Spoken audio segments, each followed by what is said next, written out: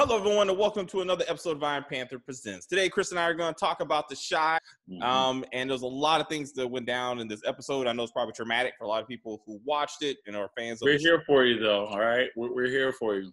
Yes. We're going to try to get through this stuff. There's a lot of goodbyes, and but anyway, I thought this episode was an interesting one because it showed that the writers can provide a good storyline, and they also can provide a shit one in the same episode, I thought. But as always, we're going to start with Keisha as the leading story for the season, I feel. She's still dealing with her trauma from Amari. So she's with her dreams. She's still having terrors when she walks out. She has panic attacks throughout the episode when she leaves the house. She and Kevin were able to somewhat work it out, as Kevin was trying to make up for what he said, trying to be there for his sister.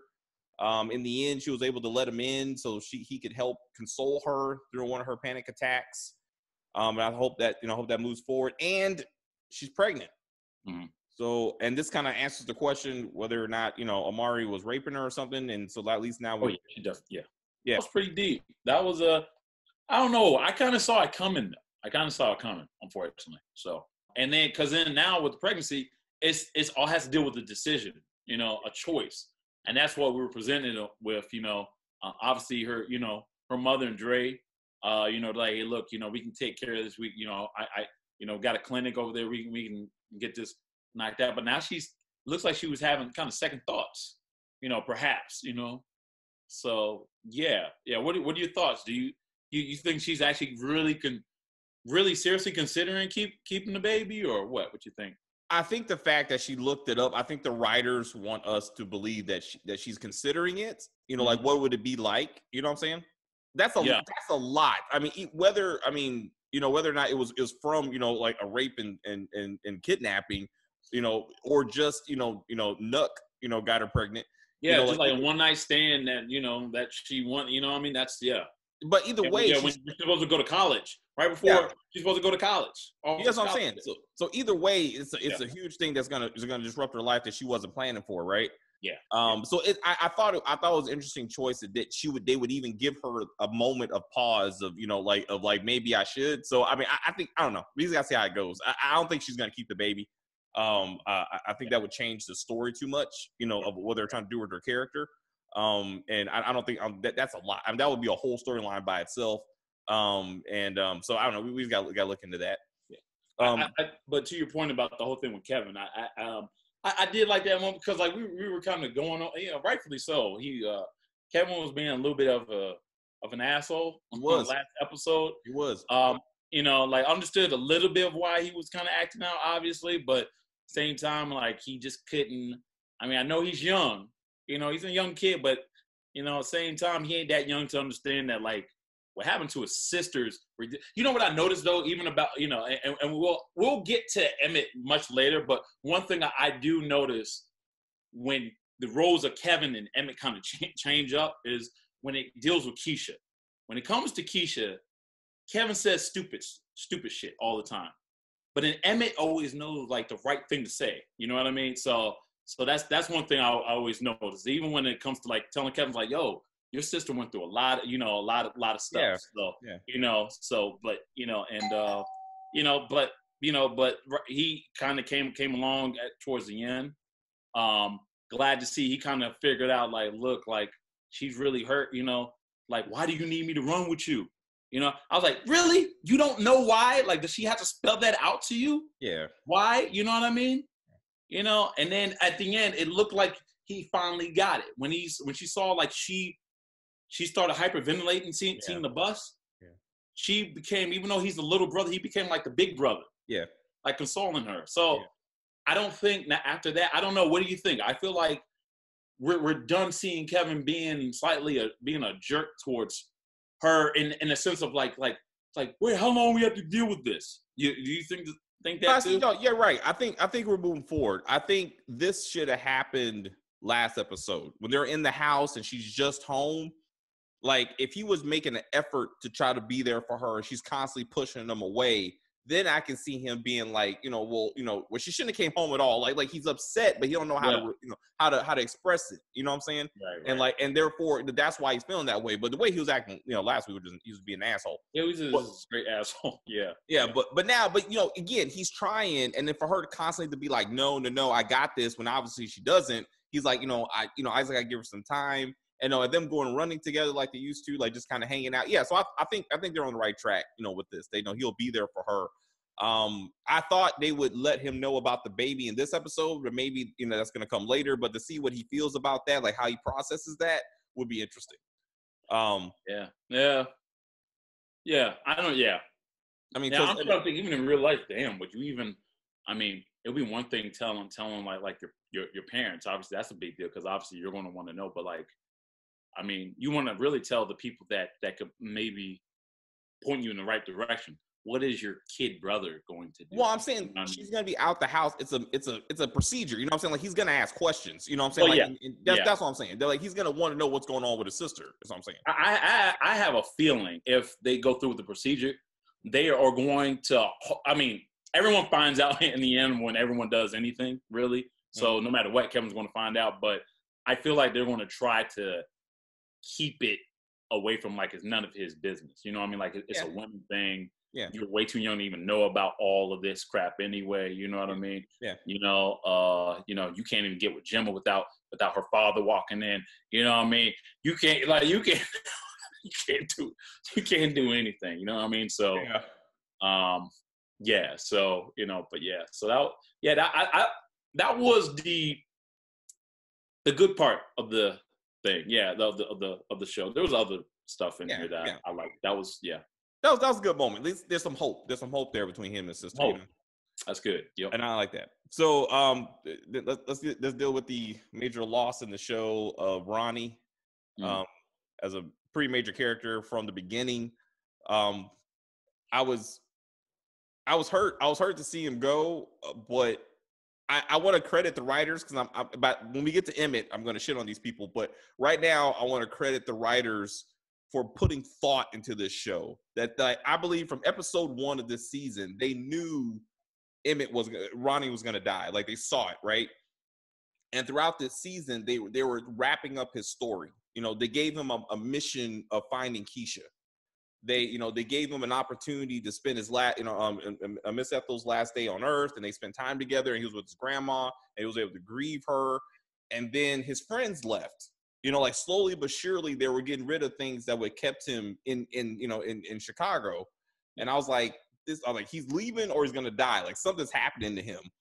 And then even with this episode, now all of a sudden he's being acknowledged as as a pillar of the community, and like the church is behind him. He found the Lord, and then Tracy is back in his life and saying how much she misses him and how she wished they could have been something. And I'm like, what happened to that in season 1 and 2? But I'm like, all right, so they're trying to give him a good send off, and then it all comes back to Coogie. Like it all comes back to like, you shot this kid, who didn't kill Jason as you thought, and you thought you got away with it, and then some random ass dude shoots him in the back of the head after he had a meal, and I'm like, but at least his death to me made sense. Like it all came together, and I thought if they're gonna write him off the show. Like I know, man. I thought it was as good as they could do, with what they had to work with. They're gonna kill him off. What you got? That shit was so weak. I know everything kind of pointed towards all this, but what the hell? Like what?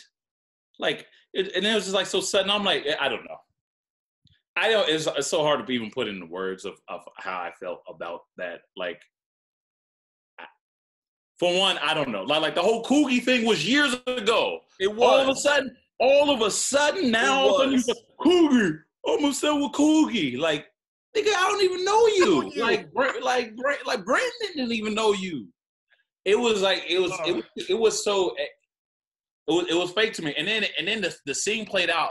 I don't know if they stole the scene from The Wire of what they did to Omar. That's basically what they did. They were like Omar chilling, going in there like, hey, yeah. It's like, hey, I'll take a boop. And then there's a gun and he runs out. This one was like, and then I don't know. I didn't know it was at Emmett's new spot. and no one ran out to see what the damn noise was, and the homie just walked away casually. Like it was like you couldn't wait. I don't know. It just I thought it was just I don't know. I found it cheap. Like I mean I like the closure or whatever, but they could have gone like a different way of doing that. Wasn't the execution was horrible. Literally staging that kid in that damn church just to say that shit. First off, he didn't even look like he even went to that parishioner. Yep. Like, yep. He stood out for one. Yeah. Fuck you, man. I'm like, who? Wait, who are you? You won't be going there every Sunday talking like that. Yeah. Like, you know what I mean? Like, nah, man. It was just. I don't know. I found it way too convenient.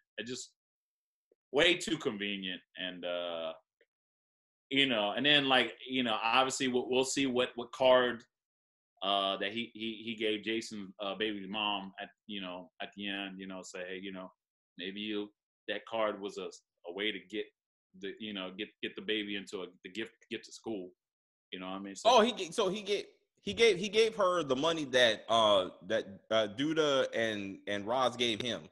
The check for $5,000. Oh, that was a check. Oh, that's right. Oh, okay. Yeah. Oh, yeah. So he gave the $5,000 to Jason's baby mama. Yeah, to say, I hope the baby go very far. And Well, so to your point, I know we discussed this off camera, right? Yeah. If they were gonna bring Coogie's death as the thing that 3 seasons later they're gonna kill Ronnie over, it should have been like his Coogie's mom or his stepdad, like someone who actually would have gave a fuck, like someone that we knew from season 1. To have some random dude that we don't know who this guy is, I'm sure we'll never see this person again. Coogie didn't even have friends like that. Like at his funeral, his brother spoke for him. Yeah, didn't even Brandon even say something saying like he was always seen as the weirdo or whatnot, like the shy kid, he was a virgin. Like there was no friends that he had that would have chased down Ronnie and killed him, because that should have like happened. 4 years later, I'm gonna come after you. Like so, I see your point, girl. I see your point. Like 3 seasons later is stupid as shit. But I'm like, if he's gonna go, I can see it being for that reason. But it should have been somebody else. It's still, but again, I still say I think they did a good job of planning it out, of showing you how it was gonna happen. Like they knew that where the script, where his storyline was going when they started this season. That's what I'm saying. But I totally do agree. It just made no sense that some random dude, and like you said, nobody gave a fuck. This dude's bleeding with his brains all over the floor, and the only person screaming is Tracy. Like, and I won't. Now I'm not gonna go on her and her acting problems, but like even the way she was screaming, like, I don't know. It kind of took me out. Like I hate to say this, but I was actually smiling, not in a good way, like smiling, like really, like because I was like, okay, the CGI did look like he got shot in the thing and in the head, but there's no way with the way that went down. I really hope he really didn't put one really in and say, oh damn, I see an accident. Well, oh shit, never mind. Like I was like, God damn it, really? Like that? Yeah, really? Yeah. I don't know. I mean, like shout out to Ronnie. He like, I don't know. Yo, the thing is now that Ronnie's off, like out of the show, like, is it worth watching? I don't know. Like I don't know. Like there's not that many strong characters. I feel, in the show, and I felt like, Ronnie was the one few like really shining lights of the show that they had. Him and the detective who like you said, you never saw after the first few seasons. The white detective they had. Yeah. You know what I mean? So I don't know. I think it's all part of their reboot. Again, season 3 is their effort to shift the whole direction of this show. And after getting rid of the actors who, had problems, they just have to fire them. Now they're just killing off characters of like a certain age. Like to me, it seems like they're getting rid of all literally their old characters. Okay. Like Jada next. So that's Sonny. So anyway, we'll get to Sonny as we talk about Emmett. But so then with Ronnie's death, I real quick want to bring up that, like, so it was at the church, and then you got Duda. So you got Duda taking the lead as running for mayor, and then you see Rose like actually overshadowing him, and even the pastor Jackson, out speaking Duda. at the church, and this becomes a problem. That actually was coming. That was a funny scene. Like, I don't know if I was like the actual. He's like, so yeah. It's like, and he's gonna. It's like, when he runs, runs for office, he's gonna make sure all that happens. And then you see your dude's like, yeah, no, and then he's gonna, and then, like the most smallest voice for the most gangster dude. Right. You know what I mean? The most hood dude. He runs the mob. He runs the gang that runs the south side of Chicago, and he's a businessman and couldn't get a word in edgewise over his wife or the pastor. I'm like, what is going on with this? That was kind of funny though. He hasn't done any gangster shit this season. I mean, besides beating up the guy that tore his sign down, he has not done any actual gangster shit like he did in season 1 and 2, like making sure the gang is doing all right. Like, I was like, I don't know what's going on with that. But I want to talk about he and Pastor Jackson. That once so Duda thanked Pastor Jackson for his endorsement, then they have a quiet conversation where he's like, Pastor asks, "Can I see Angela again?" And I'm like, I believe that's a prostitute.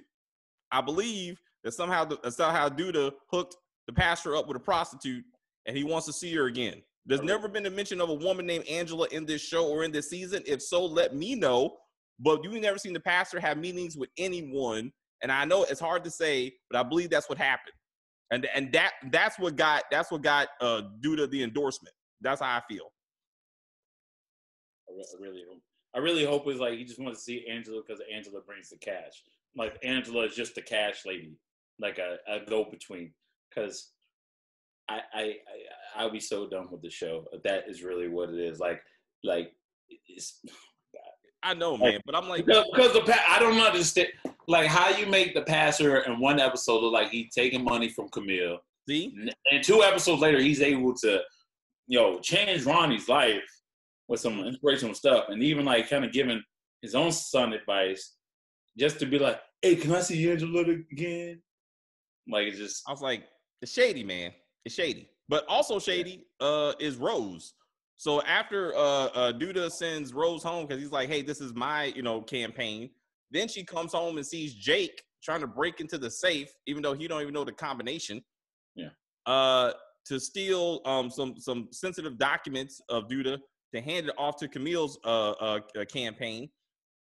I like that was Jake's idea. Let's back up to Trig and Duda this whole season. All right. This has not made too much sense to me. So Trig figures out that Duda, got, his brother killed, Reg killed, right? Mm-hmm. So he and Amani, who you haven't seen in quite a few episodes, robbed Duda at his pizzeria, which never gets addressed. Later on, Duda sends someone to follow Trig and Jake, who Trig beats up. That never gets addressed.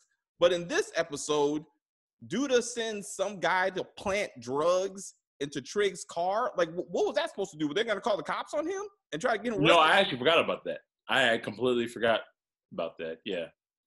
Like, what is that? If this man, if Duda knows that Jake knows that he's the one that got his brother killed and Trig is the one behind this whole shit, he robbed him. He beat up one of his dudes, just killed Trig. Like, just make an effort to, like, what were you going to do with the drugs? And I'm very happy that Jake is the one that came up with the response, action. He's like, I got an idea. I was like, this is pretty high level thinking from Jake. Like, I was impressed that he was like, hey, we're gonna take some files, even though he don't know what's in the files. I'm sure he's never been in the safe. And then he takes it to Camille. I'm like, these guys are political spies now or some shit. I'm like, okay. I thought that he was gonna plant the drugs in the house and then call the cops on them. That's what I thought. Yeah, similar to what he was trying to do to his brother's car. Yeah. I thought that's how he's gonna flip. Also, again, how is it that no one can simply go to the press and say Duda is Duda? You know why he got that name? Because he's the lead of the 63rd Street mob. He is a drug leader. He's a gang leader. He's a drug dealer. He's a bad dude. His political career should be over. But somehow that's not. Yeah. That's not bringing him down. Yeah. Go ahead. It shouldn't be that hard, man. It shouldn't be that hard to take this dude down. I mean, if you don't want to end up in a body bag, sure, okay. Well, apparently Trig is doing pretty good, and he's still alive. So like, how does that a thing? And again, where's his girlfriend? Where's Amani? I mean, Money? Well, hell, he was on. I mean, Trig was only one scene in this whole. Like, remember I was saying before, like they don't always show all the actors at the same time. Like there was like 2 episodes you didn't even see Lala, and then like another episode, yeah. Well, so the last time you saw Trig, he and Jake were again walking around looking for the money that Reg left in that abandoned house, right? Right. No Amani. This episode, Trig running around, no Amani. Like I'm like, is she on a mission? Is she trying to take care of those women that were stuck in that trap house? Like, what is she doing?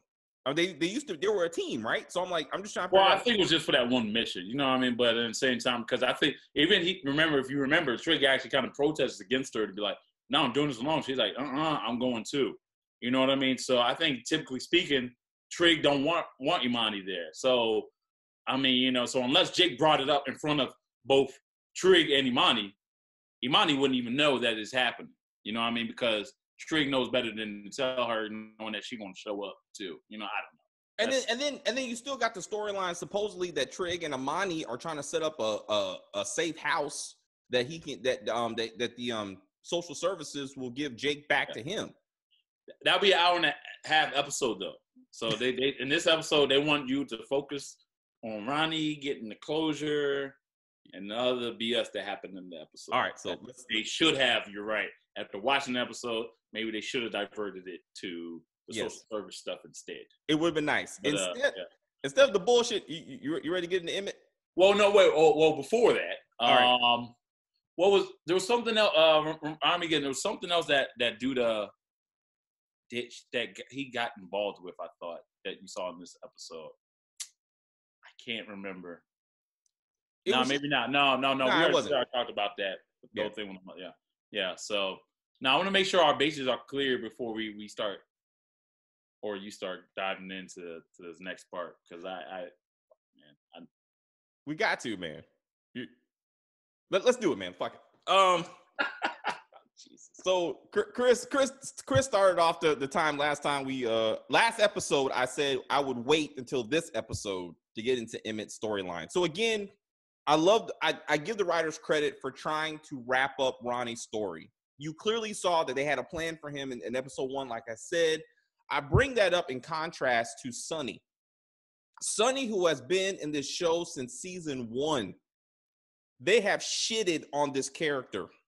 They wrote him off in a couple of sentences of dialogue that a man who kept down his restaurant for years, who gave Emmett a job, somehow can't afford to pay his rent, and now he's gone. And now Emmett and Dominique have taken over his restaurant, and now they're running shit. Now they're serving his customers. Now they're serving Dominique's customers. Fuck these writers, man. Like, they should have, if they were going to do this, they should have killed Sonny off. Sonny had heart issues last season. He went to the doctor. He fell on the ground. They had to take him to the hospital. The man should have had a heart attack. It's unfortunate, but you understand his health situation. The restaurant goes up for sale. Dominique, who actually has a business, Dominique, who actually has money and knows how to cook, she by herself goes and says, I'm going to take over this spot. I'm going to move my home restaurant into this new restaurant location. And now she, by herself, builds this business. That's how this thing should have went. What they did to Sonny was completely disrespectful, right? And just shit writing. I mean, it just irritates me with this. This whole episode is Emmett's come up. Emmett now owns a restaurant.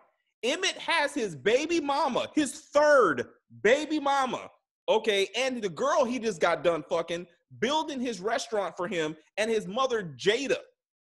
Let's remember that Emmett and his baby mama still live with Jada because Emmett don't have enough money to move out on his own. So there's no possible way that he had enough money to help Dominique pay for the rent on this place. There's absolutely nothing you can tell me otherwise. Dominique put the money down for that place. Dominique is the cook of that place. Emmett somehow is the leader, though. He's the one giving the opening speech. He's the one naming the restaurant. Then, after his mama figures out that he fucked around on Tiffany again, he invites his 2 other baby mamas and his kids, who he has not seen. In 3 seasons, he has never spent a day with his other 2 kids. But this motherfucker is going to sit down on one knee and propose to his 3rd baby mama in front of his other 2 baby mamas and give her this speech about how she's been the moon and the stars, that she's been there with him this whole time. How the fuck do you want us to forget that in season 1, when he was fucking Keisha, he denied that EJ was even his kid. Tiffany had to chase him down to even see EJ. She had to drop him off at Jada's house for him to even be a father to that kid. Okay, it took to season 2, I think, when they even did the blood test. But now all of a sudden, Tiffany is the woman that's held him up through all this time. You can kiss my black ass on this. Ugh. Fuck. Am I missing anything? The fact that I guess they're trying to make him become the new Brandon, in the sense of, if you remember correctly, Emmett was the one that was trying to show Brandon's like, I don't understand this technology stuff. Yeah. And yeah, Emmett was it. He trying to do some simple shit with the home with the cash register. Yeah. A homie Kevin comes in, he's like, doop, doop, doop, doop, doop, fixed it. Say, oh yeah, that's that private school. That private school. I'm like, really, dude? Like, really? I was like, how? That kind of set it up. I'm like, this nigga, like, how you run your own business? You got your own business, and you don't even know how stuff works. You say you want to rename the thing, but then when they pan out, you still see the Sonny name is still up there. Yep. You just kind of stenciled Smokey. Yep. And what, I don't know, maybe that was a sign of respect to Sonny, because Sonny loved old Motown, so therefore he named it Smokey. I don't know, Smokey's Barbecue. Don't forget about the pawn shop thing. Got the ring from the pawn shop. Then on top of that, decided to get the watch that he got from his deceased cousin. To get this cheap ass thing. Like, damn, like, what if she said no? Like, I like the fact. Yo, I will say this: Darnell was awesome. Yes, freaking love Darnell. Yes, the way he was like, even kind of hitting up, like, oh hey, how you doing? He was a creep, but he's still, But yeah, what you think about the fact that Dom all of a sudden was like, it's catching feelings after one night of passion. It's like, it's all made with love. You should know. I'm like, oh damn, really? Like, oh, you catching feelings like that, or like this? I mean, what are we doing with this shit? Man? And then when they were alone, then when she was alone with Tiff, I was like, she's is this how it's gonna come out? Like, you know what I mean? And luckily it didn't, but still. But Jada. That's why I think that's why Jada was like. Jada had like bars. It was awesome. It was like he said. So he said, you know what? He said, damn. He said, you fucking Jada, aren't you? No. He said, you fucking Dom, aren't you? He said, yeah. I said, yeah. I fucked Dom, and I realized I needed Tip. How much I love Tip. Yo, Jada looked and was like, nigga, please. Like she said, I was like, bro, I was thinking the same thing. You know what I mean? Yo, can you imagine, man, that poor mother, like, she like, damn, that's my son. That is my son. And then Dominique is sitting there flirting with his daddy. Like, why would they do this? Once again, this is Lala. This is my issue with Lala. In that defense, I would say maybe Darnell didn't think that Emmett was hitting that. Jada knew, but Darnell didn't know. So Dominique knew. That's all that matters. Dominique knows that she slept with Emmett, and now she's sitting up there flirting with his daddy. Like, oh no, I thought that was to get. So that I thought it was to get him jealous because she was upset with the whole wedding thing, with the whole proposal. I thought it was which is why she kept looking at him. All right, to try to see if she got jealous. Right. Especially when she said that line about the love. You notice she put in there like because she felt some type of way, like as if she was catching feelings for him. So she reciprocated back, and she kept like. And she's like, oh, yeah. I said, yeah, and then, like, kind of glanced at Emmett. All right. And I'm thinking, like, oh, they really – I didn't know how far they're going to go. I didn't know if, like, they're going to be caught in a broom closet or whatnot. And I'm like, with this show, you don't know. Man. I don't think that they wouldn't go that far, but who? I put nothing past the shy when it comes to sex scenes at this point. Absolutely nothing. Like, But I'm disappointed that the writers kept Emmett, for one, that somehow he's not dead. And the fact, like, the baby, again, he invited his 2 baby mamas. They don't even get dialogue. They don't go, hey, where's the child support you promised? Where's you gonna spend some time with these 2 kids? Like, they did that in season 1 and 2. They actually tried to make him acknowledge most of the time that he had 3 kids. There were times all of a sudden they act like he only had EJ. But at least they tried every once in a while to acknowledge he had 3 kids, to make some kind of effort to be a father to them, financially, physically, or otherwise. I'm just disappointed. Yeah, I mean, like I said earlier, the only positive thing I would say, though, that happened with Emmett with this episode is the speech he had with Kevin about his sister. You know what I mean? That is when you see that he is right. Like, that is when you see the bright side of Emmett, even compared to his own mother, who he acts like a fool. Same thing with his own girl. When it comes to Keisha, especially after this, all of a sudden, he's awesome when it comes to Keisha. He said all the right things to Kevin. Yeah. I mean, to Kevin, and be like, yo, she going through a lot of stuff. Like he looked like he wanted to actually hit Kevin when Kevin looked like I don't want to understand why, yeah. And then he was like, he looked like pissed, like, it's like, nigga, do you not know like what she went through? I'm like, yeah, thanks, Emmett. And I was like, wait, I was supposed to hate you. Because I know damn well when you start talking about Keisha, you're going to say some stupid fuck shit. About some damn Dom got some, that's nothing. Shit. He thought he loved Tiffany, but you notice in the beginning, what was he doing? He was staring at Dom's ass. You know what? And this is what I want to say about Lala. And this is what kind of irritated me with her and like the creators of Power and the creators of The Chi. 2 shows created by Black women, trying to put out positive images of Black people and Black women in particular. I'm irritated that in both shows, when it comes to Lala, both these creators of these shows thought it was smart to put her ass in the script. Like, you remember when Tommy brought Keisha to work day, and then they started talking about her ass in the show. Like, Spanky was like, "That's a big ass." I'm like, why would Lala do this? Then you go to this show, and then once again, they felt necessary to put her ass in the script. I'm like, how is that not objectifying this woman? Like, how do you create shows by Black women that are going to objectify this woman and basically break her down to a big ass? Like, that's. Well, I think. Well, I will say in that. Okay, I hear what you're saying with that. Now, this is the part I will kind of defend the writers on. If you're dealing with a horn dog, like if you're going to create a character like Emmett, where he's his father's child and he ain't nothing but a sex-craved dude or whatnot, he is going to be objectifying women. You know what I mean? Same reason why you only seen Emmett and Darnell act like that towards her. You know what I mean? Matter of fact, those are the only 2 characters that's ever really looked at a woman like that. You know, Brandon didn't even do that. You know what I mean? You didn't even see Jake and Trig don't do that necessarily. You know, but I would say in that respect, okay, so I get it. As far as like Lala as a character, I really do feel like she is not being well utilized at times. I don't know. I would say she had a great role in Power in the beginning, and then her character kind of went somewhere else. I would say this one kind of started off a little strong too. I just didn't like that they kind of threw that thing towards the end, even though you could kind of see it a mile away though. You know what I mean? But even when she first met Emmett, she was like, "Let me see your dick." And then so I'm like, "What are you doing?" I'm like, "Why would Lala take this role?" If anything, that was objectifying him. It was objectifying him as a man. Yes, but it still breaks at this point in the season. All you know about Dominique is she likes to cook, she got a big ass, and she wants to fuck Emmett. That's it.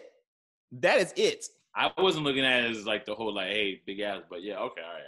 You know what I'm saying? Like, how long has she cooked? Who taught her how to cook? What does she want to do like in life besides be a chef? Like, you know nothing about her or even her last name, which it always irritates me. But I'm like, I'm just like, you could do better, Lala. You could do better role. And I'm just saying in both shows, again, I'm just saying a Black woman should help this Black woman get some roles that make her more than a hairdresser with a big ass or a cook with a big ass. Like, she could be like, make her a doctor, make her a lawyer, make her like something else. And again, at this point, rather than just typecasting her and stuff. Yeah. Emmett has already slept with her, so he should already know how big the butt is. Like, he's standing next to Tiffany. He's standing next to his baby mama. Like, he can't even keep it together long enough so his Tiffany don't see it. Yeah. Well, I told you before, like Emmett's character is meant to be just like Big Papa. His character is meant to be like just a comic relief, and because that was a comical moment. Like you might have, like we had more reaction of anger because like, damn, you just did it in front of his girlfriend. But at that moment, he's all because you think it because you thinking like they're in Sonny's restaurant, so you only think it's just gonna be those two. You don't think about his mom ain't gonna be, so you just think like, damn, like he's looking at the ass. I'm like, oh, is he gonna do it again right here and right now? Is he gonna do it again? And all of a sudden, Tiffany's like, Emmett, where's this go? Like, and he's like, oh, like that was meant to be funny. However, the problem is, they try to be funny with a character that it's not working for. You know, it's not really, you know what I mean? Like I get what they're trying to do, but it's like. I don't know. It's not helping his character at all. You know what I mean? Man. So no. But I'm just trying to answer your question. That is why they did it. They did it for the comical effect. All right. You know, which is why like both Jada and like Darnell was like making jokes and whatnot. She's like, so you got a gate? So it's like, which? He said, oh, to his baby mom. Which one? Like which one? It's like, so man, that's a pawn shop ring. It's like, you know what I mean? It's like, you sure? Like. Like no joke. Seriously, it's always jokes when it comes to like when it's those three together.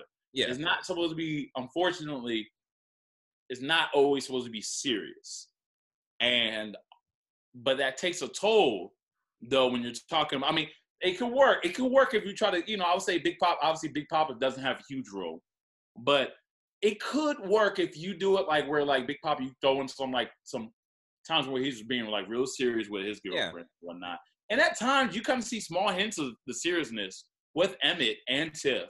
You know what I mean? Yeah. Just very brief, you know what I mean? But a lot of times it shows off, even when he is being serious, it shows off.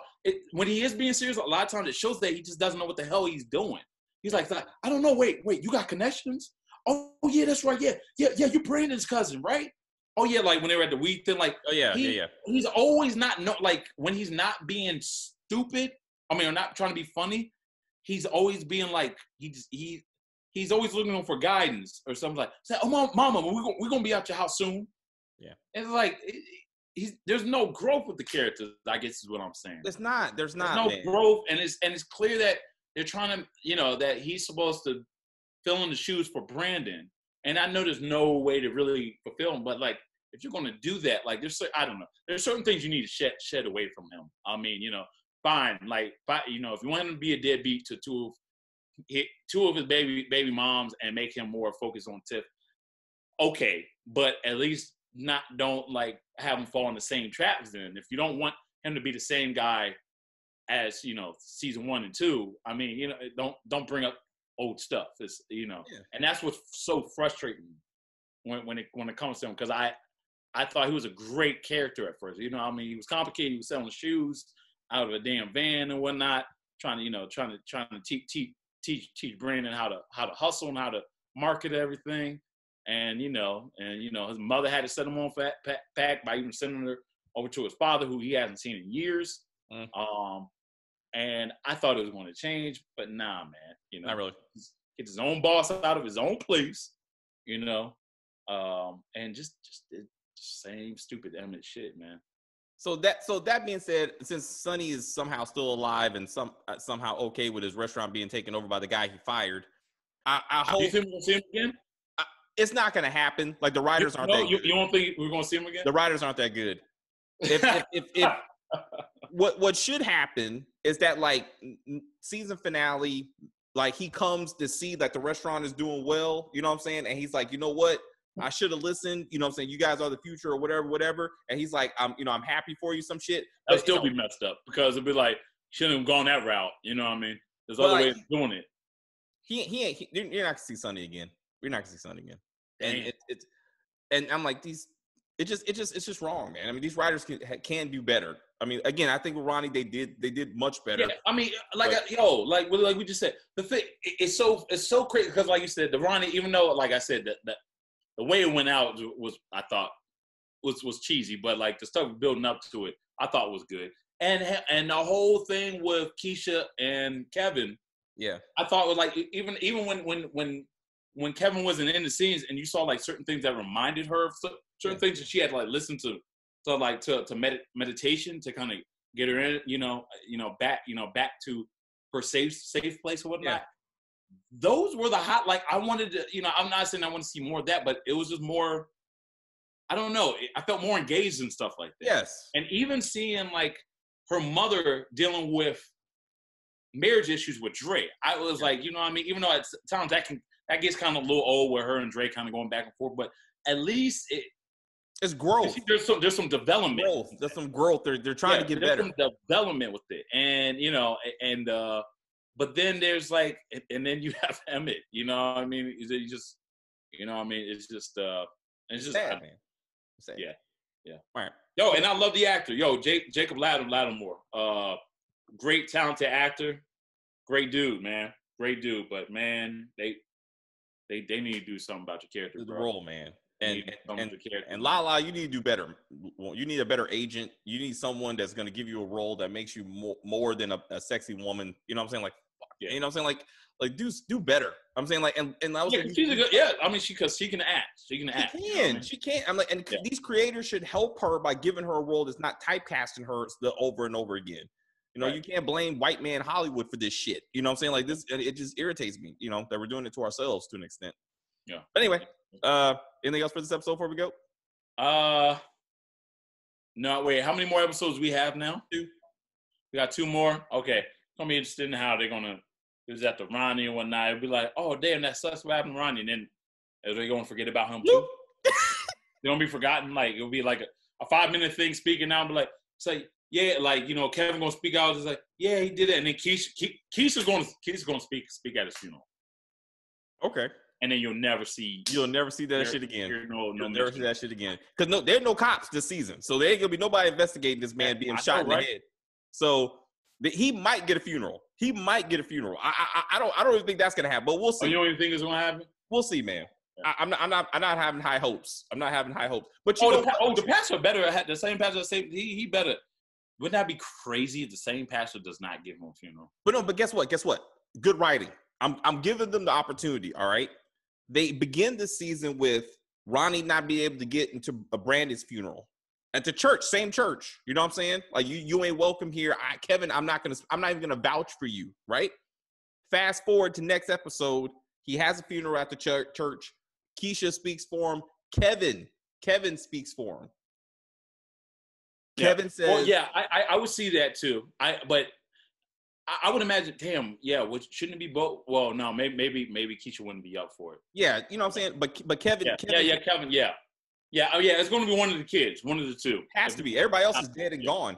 So yeah. Not to mention, like, I mean, like his girlfriend, who, like you said, like Tracy's only been there for like a minute. It don't seem like obviously they don't probably have something with her because obviously clearly they share a child and now they have a grandchild together. So that would be kind of crazy that technically she doesn't speak unless they just show her sitting down. The scene starts with her sitting down after she spoke. Is there anybody else? The pastor's like, anybody else want to speak?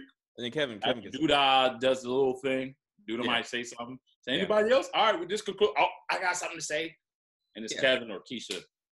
And then you'll never hear Ronnie's name. Not again. Don't forget his dad is somewhere down south. Remember, season 2 ended with him seeing. I mean, that's not. I'm just saying, like, of the many things that they just said. Yo, you saying that right now? The writer's like, oh shit, that's right. Well, okay. Like he does have family, but fuck it. You know what I'm saying? Like you ain't gonna see that daddy. Don't even worry about it. No, you think his friends will come back to the funeral? Absolutely not. These writers ain't doing all that. They're gonna keep it moving, bro. He'll be lucky to get a funeral. I'm seeing a gravestone with a speech at the gravestone. I think he already had his church moment. I don't think they're gonna give him 2 church moments. I thought about it just now. He had this whole episode was him at church being upheld at the church. They won't do it again. Damn, you think Common would even come back? No, Common. No, they'll forget the fact he was supposed to be Muslim. They forgot that too. These fucking writers. Anyway, there you go, guys. That's the video. Yeah, sorry for crapping on the episode, guys, but if you watch the episode, you Kind of to see why. You'll see, man. Tell us what you think. Did we go too far? Is Emmett somehow going to be the comeback story? What are they going to do with Ronnie? Are they going to give him the credit he deserves? And are we going to see Sonny again? What do you think? If you're new to the channel, please subscribe to the channel, like the video, comment on the video, share the video. Thank you all of you who've watched all our videos this season for being part of this journey with us. We appreciate it, and we will see you again next week.